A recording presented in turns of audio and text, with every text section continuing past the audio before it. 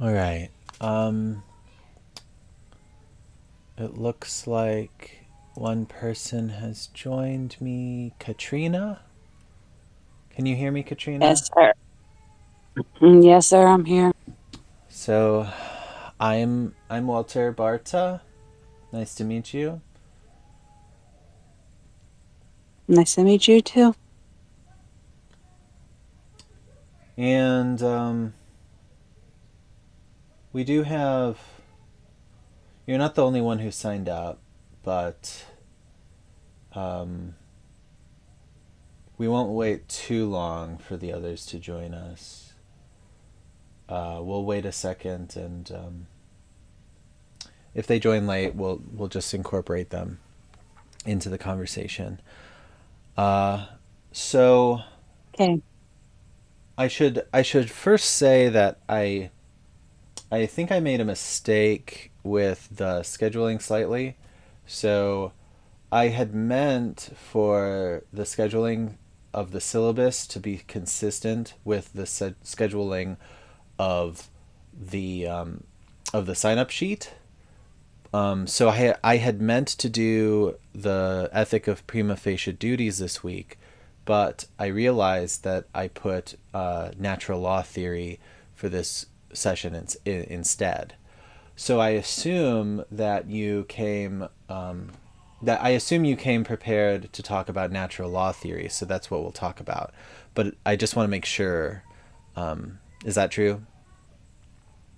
Yes. Okay. And you mentioned that you were feeling under the weather. I think.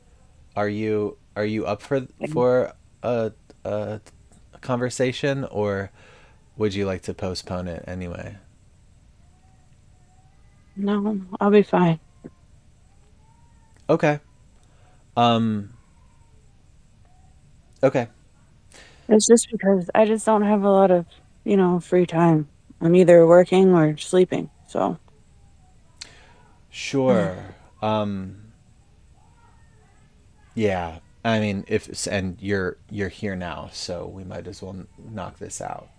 So, okay, we'll just get started because I don't want to waste too much of your time. So, I guess I'll just start by asking you about natural law theory. In your own words, what did you take away from the chapter as like the big idea of what it means to be doing natural law theory? like natural law theory goes about saying we're naturally born to do good. We're naturally, our innate ability when we're born, when we're young, before we learn anything, before we're taught anything is good. So when we act differently outside of that, it's considered as unnatural or not a natural way of going about our morals. Okay. But I have my own feelings on that, I guess, because it makes sense to me, but then at the same time I'm like, well, it's relative, isn't it? It's relative on where you're born. It's relative on, you know, what environment you may have been born into. It might be relevant based on, like I don't the what is it called? The law of relativism, or you know, everyone has their own views. Everyone has their own way of thinking. So not everybody's natural or innate Okay. being is the same. So But let's then they go by the Bible. Yeah, so let's okay. There's a lot of stuff there. So let's start. Let's just start with the definition. So it's something like the idea that what is good is what is natural. So we're doing a good thing as long as we're doing the natural thing. And if we do an unnatural thing, we're doing a bad thing. So that's yeah, like you said, that's sort of the basics of the theory. But it sounds like you already have an objection to the theory that you want to talk about, and it sounds like it's kind of an objection related to the idea of relativism, which is what we talked about in chapter 3. So let's see if I can formulate your objection to the natural law theory. So you're saying that you suspect natural law theory is not true. And the reason I'll try to summarize what you had said. Many cultures and people have different nature, I guess, is what is something like what you were saying. You can rephrase this. Yeah, that would make sense. I don't know, Okay. but is it really being objective to the natural law theory then? I mean, it's still true, but natural, my natural might be different than someone else's natural. So is it being objective to it, or is it saying that it makes sense, but everyone's natural, innate ability or feelings are different from each other's? That's a fair question. So if what's good is what's natural, then we have to ask the next question. The next question, okay, so what is natural? And if what's natural can be different for different cultures, then maybe the answer to what's natural would be different for different cultures. And then that's just answering the question, well, it's good because it's natural and that's different no matter that's different depending on where you go. That's is that kind of a good rehash of what you're saying? That's what I was thinking. Okay. But is the So book saying that there's only one way of a natural, and um then everyone who's not, like, as in, is the Bible the only way? Is that what the book is getting at? Is the Bible's the only way for this natural law theory to be true? And if that's the case, then yeah, then everybody who's outside of the Bible, who doesn't believe in the Bible, who doesn't go by the Bible, may not necessarily believe, everyone who doesn't have the same views as the Bible is then unnatural. yeah, so it depends. So um, the book would say that it depends on what your conception of natural is. So I think you're right to point out that there could potentially be multiple different definitions of nature. The Bible could offer one, but other cultures could offer different ones. Other books, right, could offer different definitions of nature. So different philosophers, right? We got Plato, we got Aristotle. Plato and Aristotle might disagree about what nature is, and so there might be these different types of nature. So that I think that's a good objection to number 2, which I wrote down here, which is this idea that natural law theory only presupposes or only proposes one nature. Maybe there are lots of different kinds of nature, right? Maybe different people have different natures. So do you think that that idea undermines this argument as we framed it? The idea that there are multiple types of nature? I mean, like, what do you mean by undermines? Like, Um, well, so the argument only works if premise 1 and premise 2 are both true, so that we get to premise or so that we get to the number 3, which is the conclusion. okay, so yeah, no, and then yeah, number two, then So we can maybe scratch number 2 because there are multiple types of natural.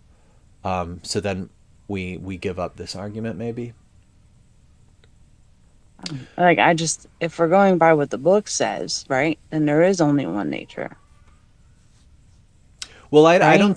don't think that the book doesn't necessarily come down on there being only one type of nature. I think that the book proposes a couple different types. Do you remember a few potential types of nature that the book offers? You mentioned already the Not Bible, often. that like there's a Right. maybe a definition of the natural that you can find in the Bible. Um, Right. And it talks about it quotes all the different verses and go through all the different things. what about um, what about nature, like in terms of biology, like in terms of humans as animals? Do you think that's a different kind of nature than what the Bible offers?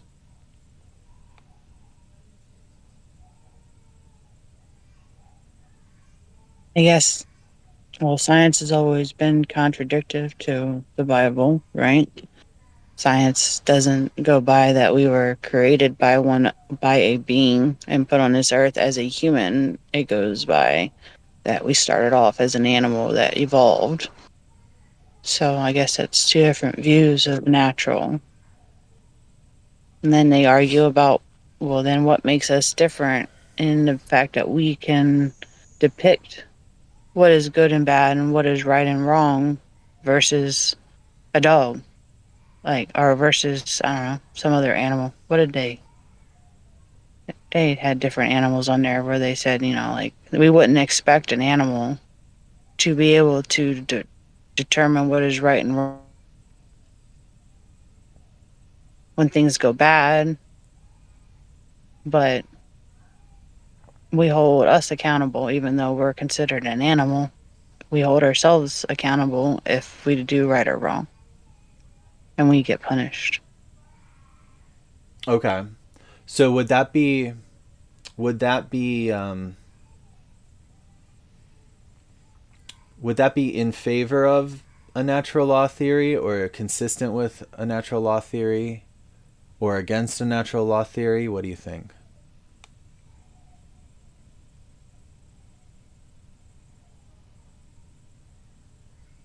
I don't know That's okay.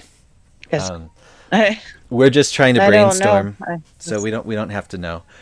Um, well, so let's say let's say you're right that there are Because at it's least still in nature, it's still nature.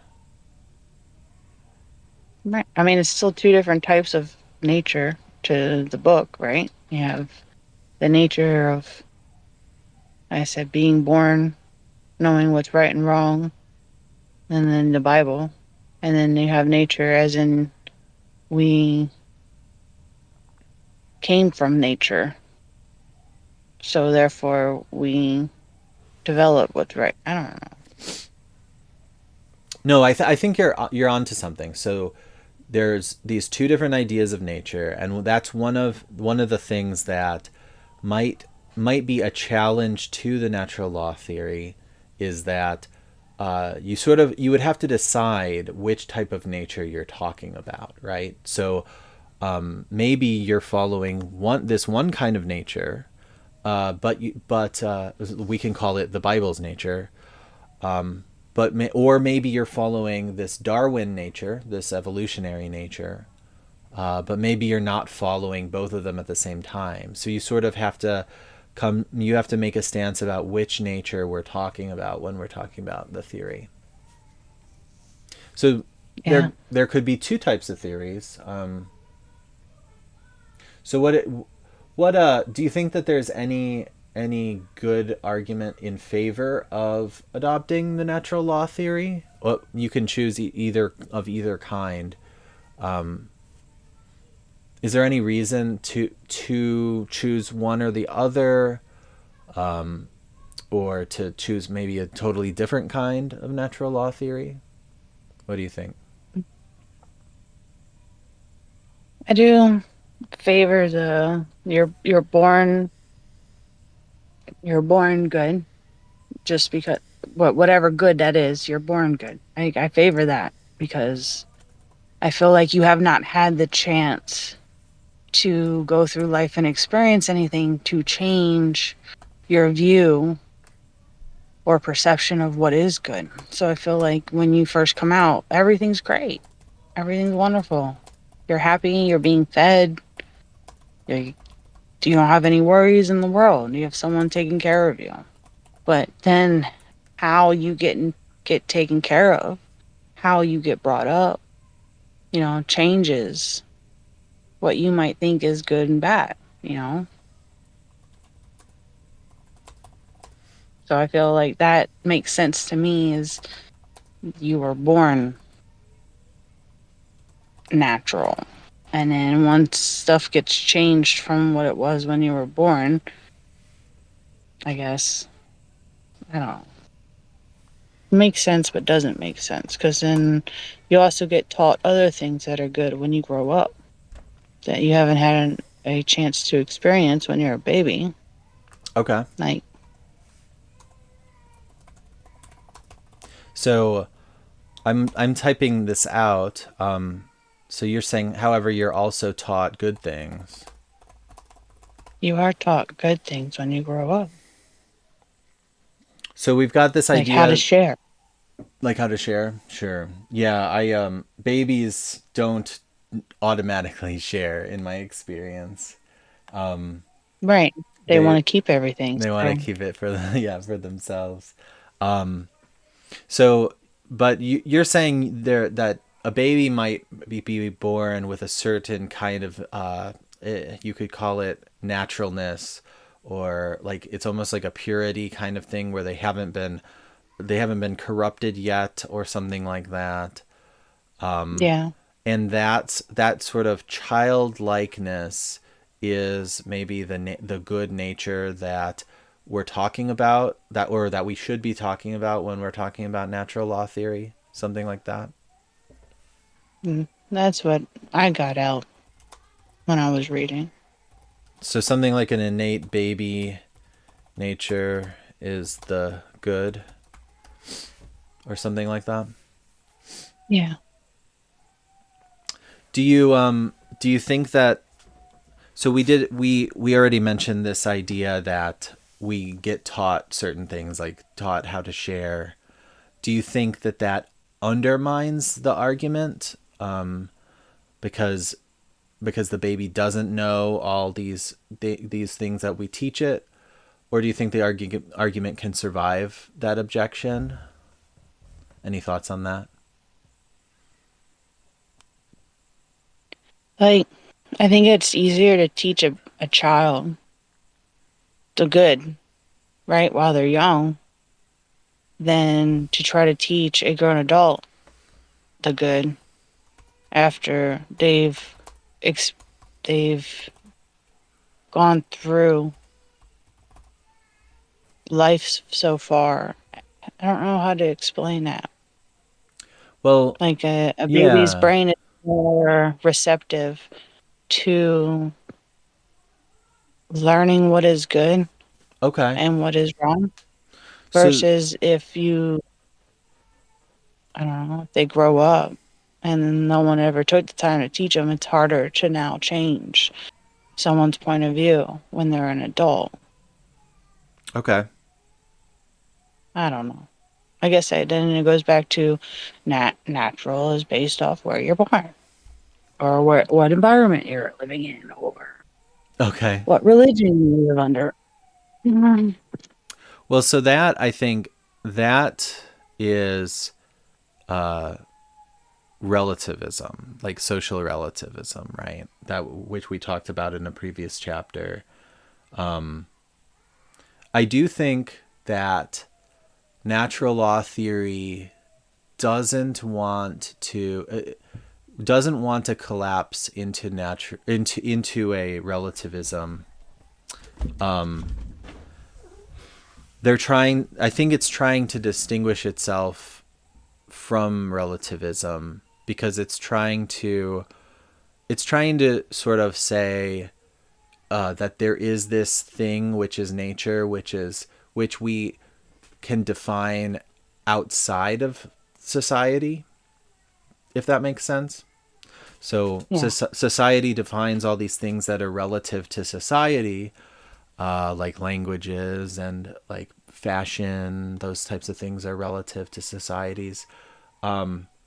But then there's this thing which is nature, and nature is supposed to be like independent of society. Like it's this thing outside of our society that we can turn to and point at and say that's what we're trying to do. That's what we're thinking of when we think of the good. So it doesn't sound like though it doesn't sound like you're very convinced that there is such a thing as this nature outside of the social relativism. Is that fair? Right. Yeah, that's yeah.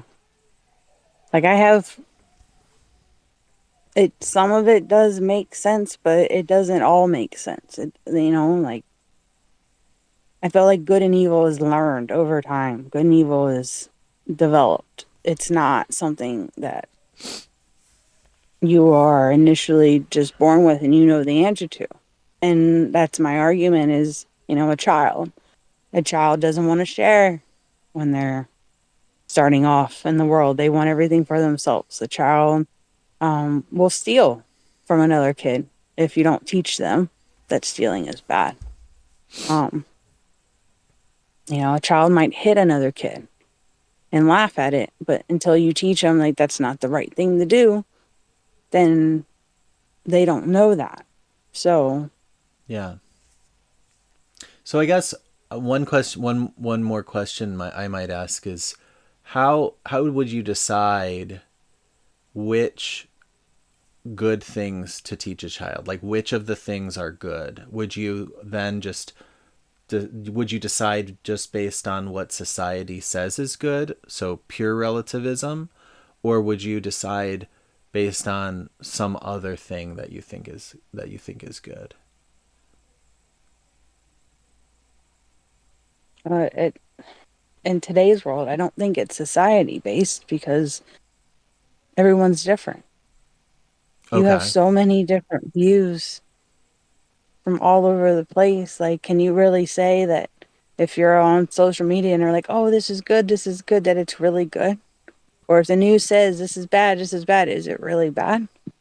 Like, can you really trust the society to be able to tell you what good is bad is? Okay. So I think it's that gut feeling. It's that it's deeper. I mean, me as a nurse, like you know who the good nurses are and who the bad nurses are, right? Because you know the ones that have this gut, this overall aura about them that they want to take care of someone, they want to make someone better, versus a nurse that's there to get a paycheck. Sorry, I'm starting to feel nauseous. Hold on.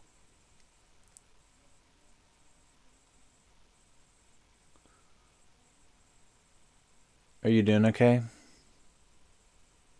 Yeah, I'm fine. So I feel that I don't think we can go by society. It's something that is within us, but it's Okay. So it sounds like something we've created over time. okay.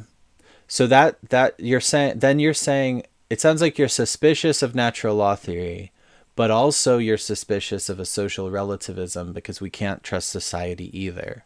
So it's hard to trust nature, hard to trust society. Both of them can be wrong. Something like that. That's my opinion. As both can be wrong, So, but right? what's that? Like, is that right? I mean, I said that's not necessarily right. Just again, just because I say it doesn't mean it's right. Well, we're trying to figure out what's right. We're trying to figure out what's right by ruling out bad answers, the answers that seem untrue. But I don't want to keep you that much longer, especially because you're sick. But I did want to ask about applying this to your major and to your job. You mentioned you're a nurse. Do you feel that there's any application of thinking about nature, and the natural when you're thinking about how to do nursing?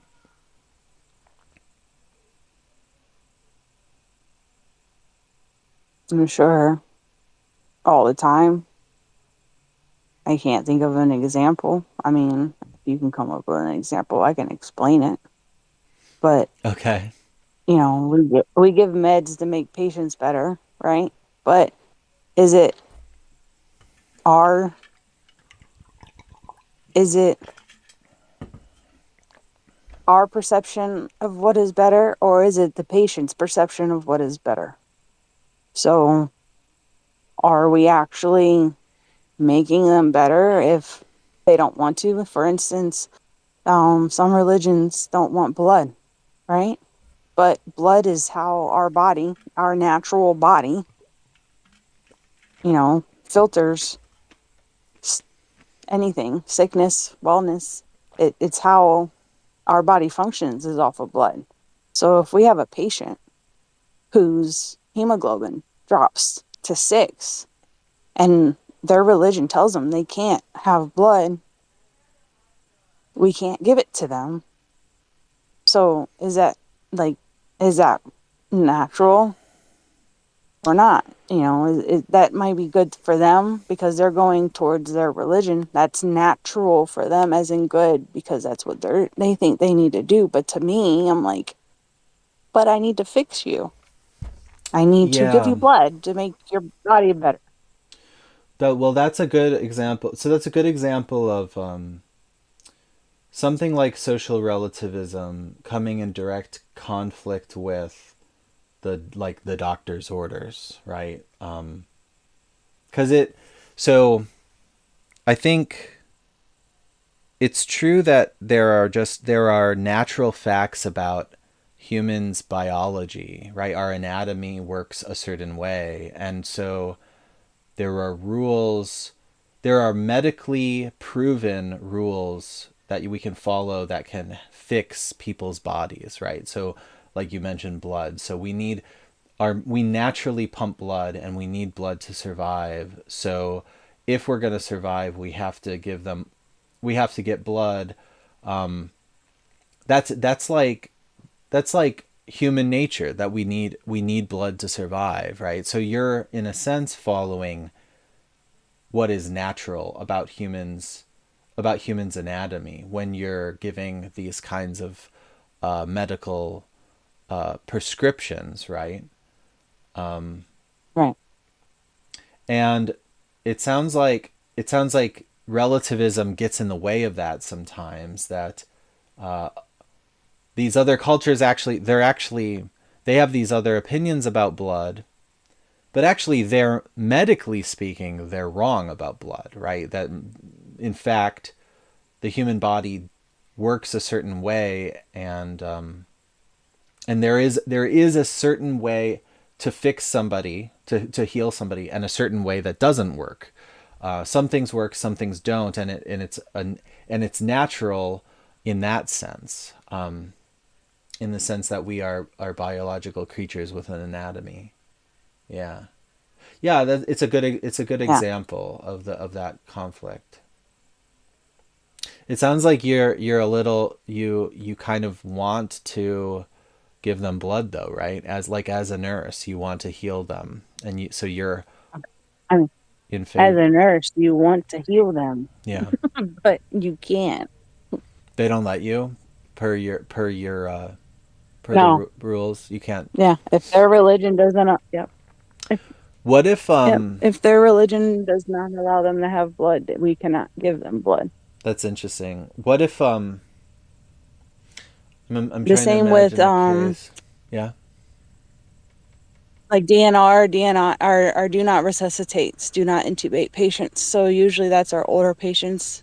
A lot of times it's our patients that are over 70, sometimes over 60. I mean, 60 is pushing it, but mostly a lot of our patients over 70. They have the right to choose that if they start going into cardiac arrest or if they stop breathing at any point, we are to not revive them, Yeah. right? We're not to keep them alive. They sign that paper telling us that. So again, Is their way natural? Letting them die naturally without reviving them, or is our way, or, us wanting to bring them back to life, or family members wanting to bring them to life natural? So then you get into, well, if you attempted them, older people, you break bones, right? You give them chest compressions, you're going to break ribs. So now, yeah, you kept them alive, but you've also now given them 4 broken ribs. So now they've got to heal from that. Or Yeah. say you intubated them and you put a tube down their throat to keep them breathing. Well, now you may have scratched their trachea or anything, right? Putting the tube in. So now they've got to live either with it's called a trach, where you put the hole in your throat with a little tube for the rest of their life, or they go for a very long time trying to rebuild their muscles in their throat to try to swallow again, right? So, do you want to put them through that? So, again, ethics revolve around my entire career on how we take care of these people Yeah. and what is their view of natural care versus, are you doing this for the money? Sure. And those are all dilemmas that have to be figured out. Yeah. Okay. Well, I have the dilemma of not wanting to keep you too long because it sounds like you're sick. Even though, even though I'd love to chat more, I don't want you to, I don't want you to not get better. So, let's call it a night. And thank you for joining me in spite of being sick. And I hope that you get better for the next session. Let me know if you have any further questions about anything, uh, and we can Other address than it. the fact I keep forgetting you guys are an hour behind me. Oh, what's that? The what's an hour behind you? I said I keep you guys are an hour behind. I'm in Delaware, so you guys are an hour behind me. Oh, okay. So whenever I schedule stuff with you, it's Okay. always, and so Sorry I about keep yeah. forgetting Yeah, well, about that. I guess you figured it out anyway that we're on Central Time and I guess you're on Eastern Time. So, does that mean that Yeah, so that it's pretty session, late for I think you you then? switched. Well, it's just 9 o'clock. Well, almost 10. It's Mm. 9:30. But that session you switched. Um, you moved me from the 31st to the 14th. That should still be okay. Okay. Because I get off of work at 7, so I'll be home by uh, my 7. I get off work at my 7, so I should be home by the time that session starts. So I should be Okay. okay. Okay. And if it doesn't work out, just let me know and we'll try to fix it. So, all right, Okay. Katrina, have a good night and get some rest. Thank Bye. you. I appreciate Yeah. Bye.